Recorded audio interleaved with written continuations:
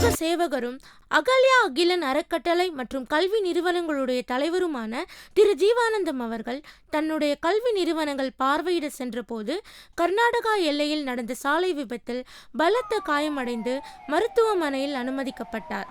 திரு ஜீவானந்தம் அவர்கள் முன்னாள் காவல் ஆய்வாளர் ஆவார் என்பது குறிப்பிடத்தக்கது.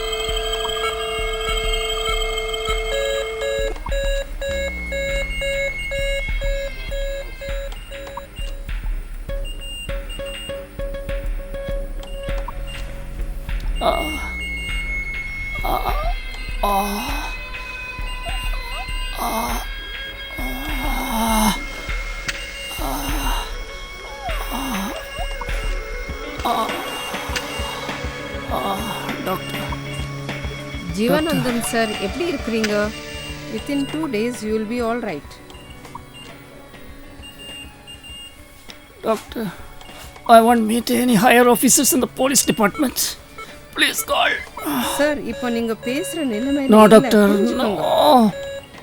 I won't meet somebody in the police department. Please call. I won't surrender. Sir, புரிஞ்சுக்கோங்க சார். ஒரு 2 நான் நாள் surrender ஆகணும். நான் surrender ஆகணும். இருங்க. 3 கொலை பண்ண கொலை குற்றவாளி நான் சரண்டர் ஆகணும். அப்படியெல்லாம் இருக்காது. நீங்க ஏதோ பிரம்மல சொல்றீங்க. Higher officers please.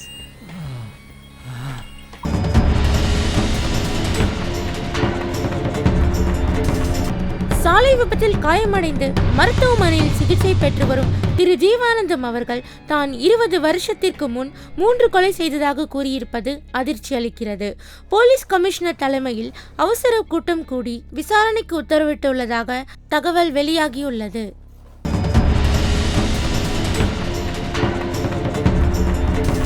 I murdered 3 person. Doctor, otherwise call my friends. Call my friends. My legal advisor Radhakrishnan, DSP Michael Raj.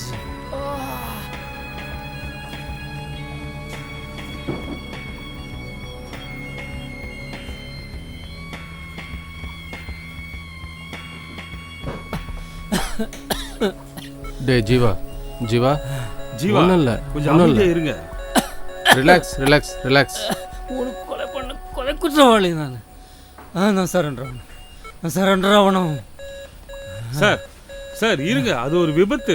Surrender ஆகணும் சார், சரண்டர் ஆகணும். சரி சரி சரி சரி ரிலாக்ஸ் ரிலாக்ஸ் ரிலாக்ஸ். சார் நீங்க ஒரு போலீஸ் அதிகாரி, கீதா பைபிள் குரான்லாம் படிச்சவர். இந்த அறக்கட்டளை ஆரம்பிக்க சொன்னதே நான் தான்.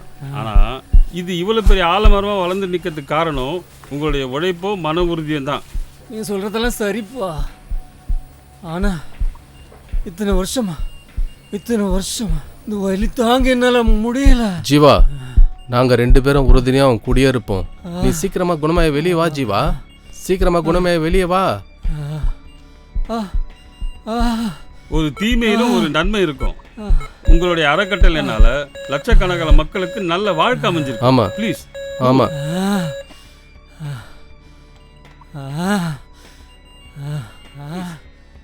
டே ஜீவா, அமைதியா இருங்க. டே ஜீவா, நாம எவ்வளவு செஞ்சிருக்கோம், நம்ம எவ்வளவு பண்ணியிருக்கோம்.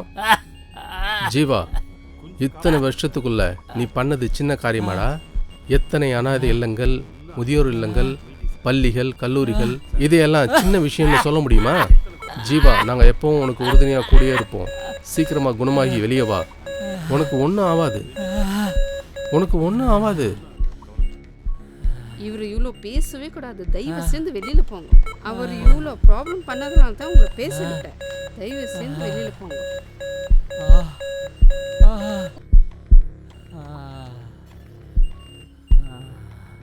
Relax relax.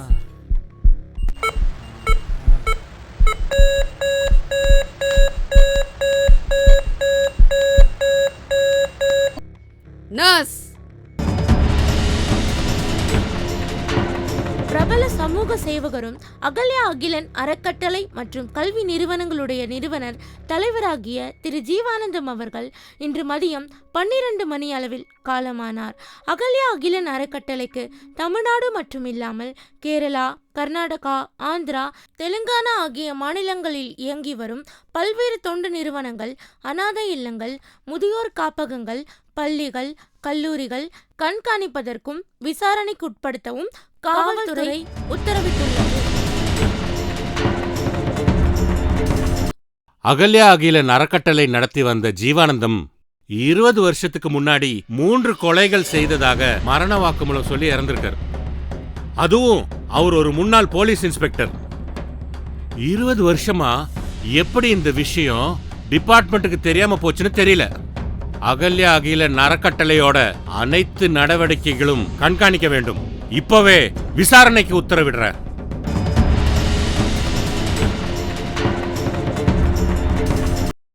பிரபல சமூக சேவகரும் அகல்யா அகிலன் அறக்கட்டளை மற்றும் கல்வி நிறுவனங்களுடைய நிறுவனர் தலைவராகிய திரு ஜீவானந்தம் அவர்கள் இன்று மதியம் 12 மணி அளவில் காலமானார்.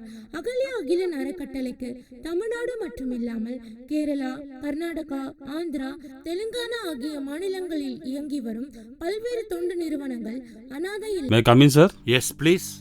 வணக்கம் sir. I am advocate Radhakrishnan, Ahalya Akilan அறக்கட்டளையுடைய லீகல் அட்வைசர். சார், இது ஜீவானந்த ஐயாவுடைய பர்சனல் டைரி. உங்களுடைய சந்தேகங்களுக்கும் கேள்விகளுக்கும் உள்ள பதில் இதில் இருக்கு. அவர் இன்ஸ்பெக்டராக வேலையில் இருந்த செங்கல்பட்டு போலீஸ் ஸ்டேஷனில் ஃபைல் இருக்கு. அவர் கொலை பண்ணன்னு சொன்னது அவருடைய மனைவி அகல்யா, அவர் வயிற்றில் இருக்கிற குழந்தை அகல்யாவோட தம்பி. தீ விபத்தில் தான் இறந்தாங்க. அதுக்கு பிறகு ஜீவானந்தம் மனநோயாளி போல் அலைஞ்சிட்டு இருந்தபோது நான் தான் சார் அவர் அறக்கட்டளை ஆரம்பிக்க சொன்னேன். சார், இப்போ அதில் எத்தனையோ ஏழை அனாதை குழந்தைங்கள்லாம் படிக்கிறாங்க, வயதான முதியோர்கள்லாம் வாழறாங்க sir. Please please. Thank you sir. Soonambedu காவல் நிலையத்தில் எஸ்ஐயாக இருந்த நான் ப்ரமோஷனுடன் இன்ஸ்பெக்டராக செங்கல்பட்டு போலீஸ் ஸ்டேஷனுக்கு மாற்றப்பட்டுள்ளேன். அத்துடன் பல வருஷமாக கிடப்பில் இருந்த முக்கிய வழக்குகள் விசாரிக்கும் பொறுப்பும் என்னிடம் ஒப்படைக்கப்பட்டது. ஒரு வாரத்திற்கு பிறகு ஒரு நிகழ்ச்சியில் சீஃப் கெஸ்டாக நான் அழைக்கப்பட்டிருந்தேன். அன்றுதான் அவளை நான் முதல் முறையாக பார்த்தேன். அவள் பெயர் அகல்யா. பார்த்தவுடன் மனதில் முடிவெடுத்தேன், இவள்தான் என் மனைவி என்று. தரி தகஜும் தரிதா தை த தைத்தோம் தகஜும் தரி தகஜும் தரிதா தை த தரிகிடத்தோம் தகஜும்.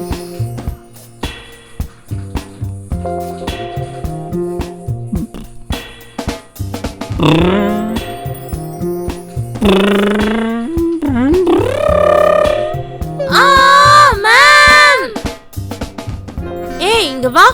இதெல்லாம் கிளாஸ்க்குள்ள வரக்கூடாதுன்னு சொல்லியிருக்கேன்ல. எதுக்கு வந்த நீ? இங்கெல்லாம் வரக்கூடாதுன்னு சொல்லியிருக்கேன்ல. டான்ஸ் கிளாஸ்க்குள்ள வரக்கூடாதுன்னு சொன்ன, அப்புறம் ஏன் நீ வந்த? இங்கெல்லாம் வராத. போய் உட்காருப்போ. சரியா?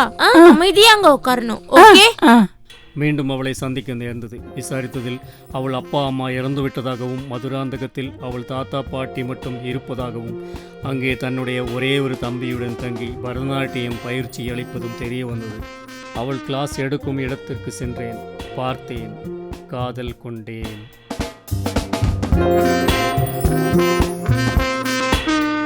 சார் சார், இது எங்களுக்கு கோவில் மாதிரி சார். ஷூவை கொஞ்சம் வெளியே கழட்டி விட்டுருங்க சார். சாரி.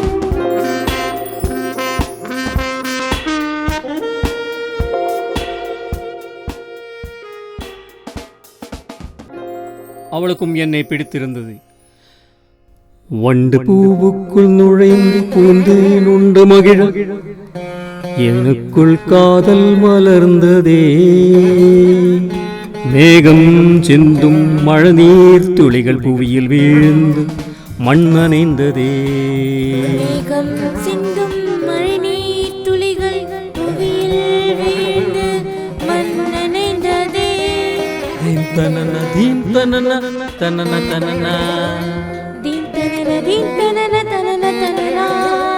சிங்கம் ஒன்றமுதுண்டு நறுமணம் உட்கொண்டு தேனிலூரவே.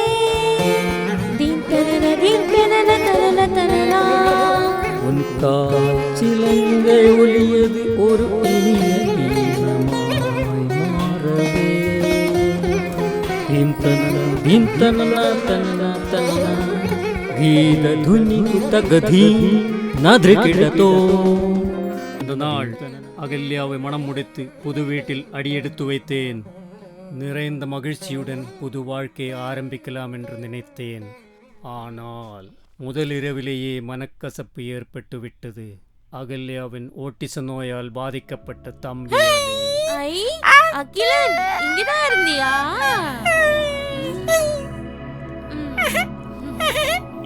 ஐய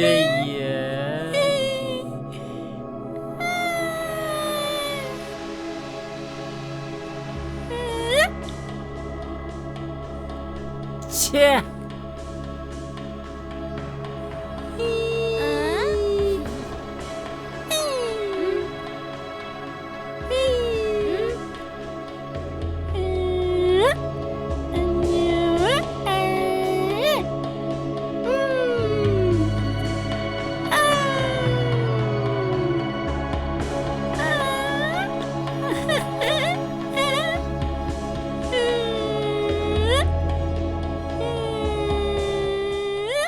உடலளவில் 20 வயசு வாலிபனான அகிலன் மனதளவில் 5 வயசு குழந்தையாக இருந்தான். முதலில் பரிதாபமாக எண்ணினேன். ஆனால் அவனுடைய முட்டாள்தனமான சேட்டைகள் நாளுக்கு நாள் என்னை எரிச்சலடைய செய்தது.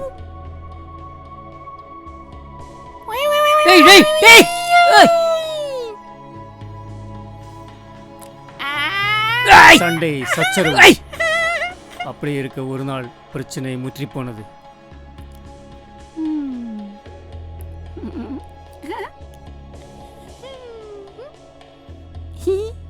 அகல்யா, அகல்யா,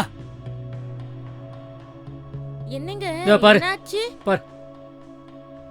ஐ அகிலன், உனக்கு போலீஸ் ஆகணுமா? சூப்பரா இருக்கே. அகல்யா இங்க பாரு. தினம் தினம் அவன் சேட்டை அதிகமாயிட்டே போகுது. ஏதாவது டாக்டர் கிட்ட கூட்டிட்டு போனா அவனுக்கு கோபம் வருது. ஏதாவது மென்டல் ஹாஸ்பிட்டலுக்கு கூட்டி போனா அவனுக்கு புரிய மாட்டேங்குதே. எவ்வளவு நாள் தான் இந்த பைத்தியத்தை நான் சகிக்கணும்? இங்க பாருங்க, கல்யாணம் ஆனதுல இருந்து பாத்துட்டே இருக்கேன். தேவையில்லாம இந்த அப்ராணி பையனை போட்டு திட்டிட்டே இருக்கீங்க. எனக்கு இப்படி ஒரு தம்பி இருக்கிறது தெரிஞ்சுதானே கல்யாணம் பண்ணீங்க. அவன் கூட பிறந்த தம்பி. எத்தனையோ டாக்டர்ஸ், எத்தனையோ ஹாஸ்பிட்டலுக்கு கூட்டிட்டு போயிட்டோம், அவனுக்கு சரியாகல. அவனுக்கு என்ன, ஆள் வளர்ந்த அளவுக்கு மூளை வளரல, அவ்வளவுதானே. அது ஒரு பிரச்சனைன்னு எனக்கு தோணல. உனக்கு தோணாது, நீயும் மெண்டல் தான். ஆமா, நான் மென்டல் தான். என்ன சொல்லுங்க, ஆனா அவனை மட்டும் எதுவும் சொல்லாதீங்க. 20 வயசுக்கார உடம்பும் 5 வயசு குழந்தையோட மூளையுமா வாழ்ந்துட்டு இருக்கிறான், பாவம். அப்படி பிறந்தது அவன் தப்பா? சரி, இவனுக்கு இந்த உலகத்துல எங்கேயாச்சும் ட்ரீட்மெண்ட் இருந்தா சொல்லு. குணப்படுத்த முடியுமா சொல்லு, நான் கொண்டு போறேன். என் உயிரை கொடுத்தாச்சு அவன் கூட நிக்கிறேன், சொல்லு. ஐயோ, இந்த ரெண்டு மெண்டலும் சேர்ந்து என்னையும் மெண்டலாக்கணும் போல இருக்க. வேணாங்க, நீங்க மென்டலாக வேணாம், நாங்க போயிடுறோம். நீங்க நிம்மதியா இருங்க. வாடா, நம்ம தாத்தா கிட்ட போலாம். அகல்யா கோபப்பட்டு வீடு விட்டு அவள் தாத்தா வீட்டில் இருந்தாள். 2 மாதம் நான் தனியே இருந்தேன். அவளை அழைத்து வர வேண்டும் என்ற எண்ணம் இருந்தது. ஆனால் வேலையில் பிஸியாக இருந்ததால் போக முடியவில்லை. பலமுறை ஃபோன் செய்தும் அவள் அட்டென்ட் பண்ணவில்லை. அதற்கிடையில் மைக்கேல் ராஜ் அவளிடம் பேசியிருக்கிறார். பயனளிக்கவில்லை. நான் புரிந்து கொண்டேன். அகல்யாவும் அகிலனும் வெறும் அக்கா தம்பி மட்டும் இல்லை. 2 பேருடையும் பாசம் அவருடைய உயிரில் ஒட்டி கொண்டது. அந்த உறவை இந்த உலகத்தில் யாராலும் பிரிக்க முடியாது என்று 2 மாதத்துக்கு பிறகு அவள் வந்தாள். நான் உடம்பு முடியாமல் ஜுரத்தில் படுத்து கிடந்திருந்தேன். என் ஸ்டேஷனில் இருந்த காவலர் யாரோ அவளிடம் தெரிவித்திருக்கிறார் போல. அது தெரிந்ததும் அவள் ஓடி வந்தாள். என் கண்ணிமை போல் கவனித்தாள். அதற்கு பிறகு நான் அவளிடம் கோபப்பட்டு பேசவில்லை. அகிலனுடைய சேட்டைகளும் பழகிப்போனது. வாழ்க்கை அழகாக ஓடிக்கொண்டிருந்தது.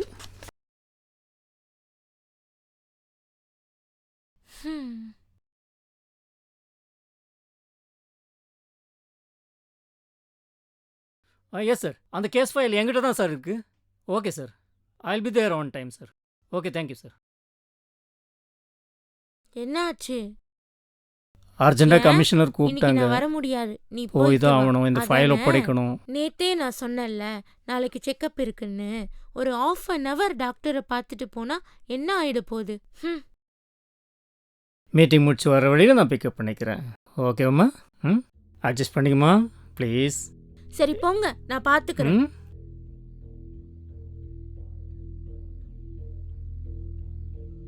ஆமாண்ணே, பார்த்துக்கோ, நான் போயிட்டு வரேன்.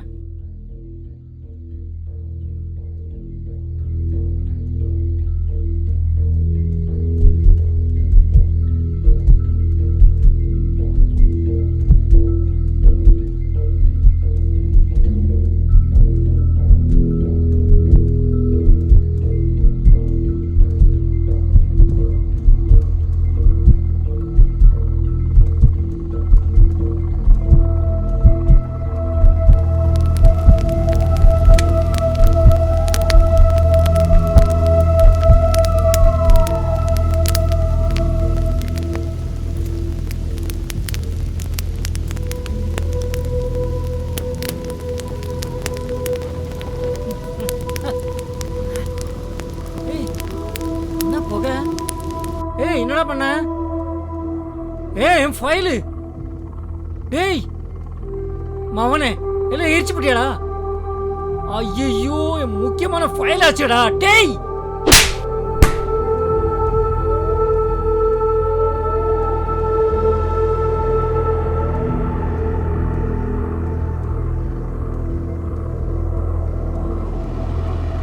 அகிலா, அகிலா, ஏய் ஏய் ஏய் ஏய் ஏய், என்னடாச்சு?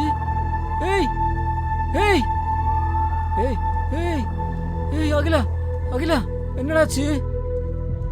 ஏய் ஏய் ஏய்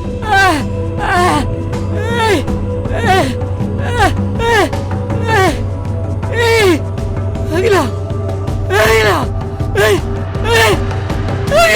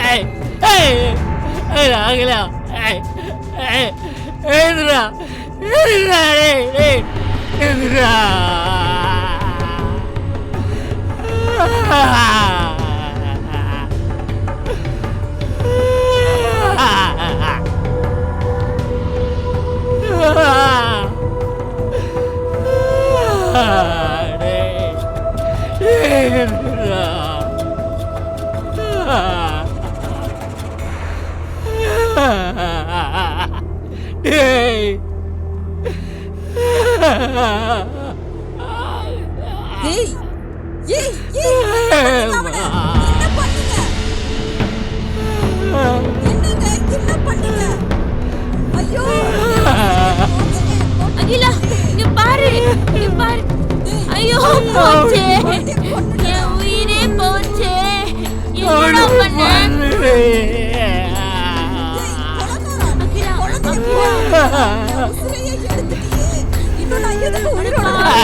கொலைகாரா, கொன்னுட்டியே. ஐயோ, என் குழந்தைய நீ கொன்னுட்ட. என் உயிரே போச்சே. ஐயோ, இதுக்கு மேல நீ உயிரோட இருக்கா?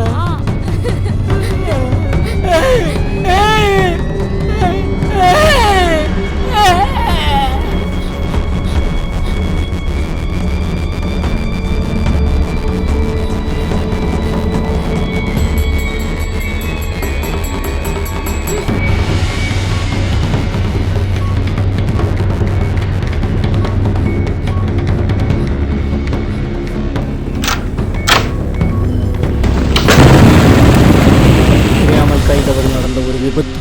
என் உயிர் மனைவி என்னை விட்டு பிரிந்தாள். அவள் தன்னைத்தானே கொளுத்தி என்னை வீட்டிற்கு வெளியே தள்ளிவிட்டாள். ஒருவேளை இந்த கதை உலகத்திற்கு தெரிய வைக்க வேண்டும் என்று அவள் நினைத்தாளோ என்னவோ. அந்த இன்சிடெண்ட்டுக்கு பிறகு நான் ஹாஸ்பிட்டலில் இருந்தேன். ஹாஸ்பிட்டலிருந்து வெளியே வந்த நான் சஸ்பென்ஷன் ஆனேன்.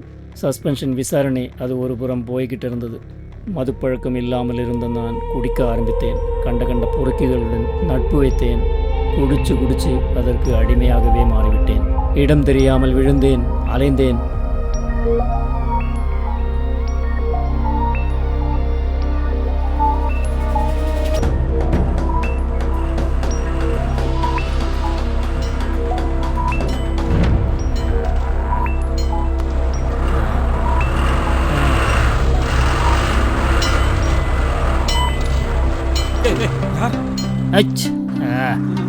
யாரு நீ?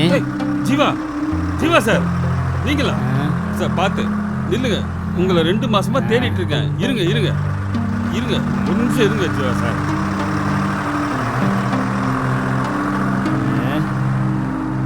பார்த்து வாங்க, உங்களை எங்கெல்லாம் தேடிட்டு இருக்கேன் தெரியுமா? வாங்க, அப்படி போயிட்டு பேசு. வாங்க வாங்க சார். பார்த்து வீட்டில் சேஷன்லாம் உங்களை விசாரிச்சு.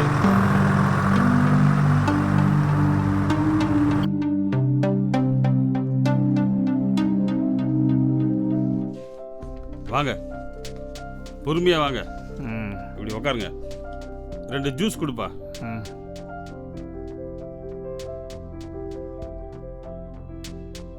இந்தா சாப்பிடுங்க. ஜீவா சார், உங்கள் லைஃப்பில் நடந்த எல்லா விஷயங்களும் எனக்கு தெரியும். அது எதிர்பாராத விதமாக நடந்த ஒரு விபத்து. குடிங்க. இல்லை சார், நான் ஒரு கொலைகாரன். சார், நீங்கள் அதையே என்னால் தான் எல்லாமே ஆச்சு சார், எல்லாமே. ஜீவா சார், நீங்கள் அதையே நினச்சி தன்னை தானே அழிச்சிக்க பார்க்குறீங்க. அதனால என்ன லாபம், யாருக்கு என்ன பயனு? உங்கள் மனைவி அகல்யாவுக்கும் அவர் தம்பி அகிலனுக்கும் அவர் தாத்தா இறக்கத்துக்கு முன்னாடி எழுதி வச்ச கோடிக்கணக்கான விலை மதிக்கக்கூடிய ப்ராப்பர்ட்டி, வீடு, எல்லாத்துக்கும் ஒரே சொந்தக்காரர் நீங்கள் தான்.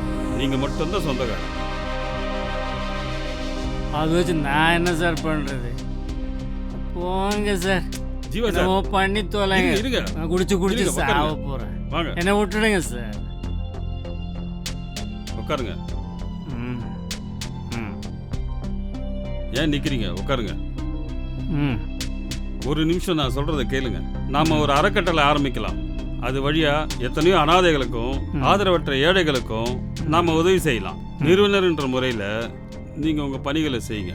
உங்கள் நெருங்கிய நண்பர் மைக்கேல் எனக்கும் நண்பர் தான்.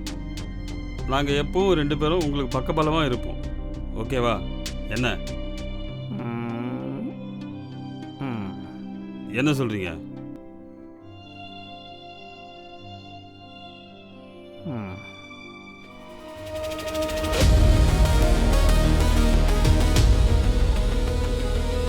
அட்வொகேட் ராதாகிருஷ்ணன் சொன்ன மாதிரியே அவர் சொன்ன எல்லா விஷயத்துக்கும் நான் ஒத்துக்கிட்டேன். அது என்னுடைய லைஃப்பில் 2வது கட்டத்துக்கு சென்றது. அட்வொகேட் ராதாகிருஷ்ணனும் மைக்கேல் ராஜும் சேர்ந்து என்னை ரீஹேபிலிட்டேஷன் சென்டரில் சேர்த்து விட்டார். அங்கே யோகா மற்றும் உடல் பயிற்சியால் உடல் நலம் தேறினேன். மதுப்பழக்கம் விட்டுவிட்டேன். அதற்கு பிறகு என்னுடைய அகல்யா அகிலன் அறக்கட்டளை ஆரம்பித்து முழு கவனம் அதில் செலுத்திவிட்டேன்.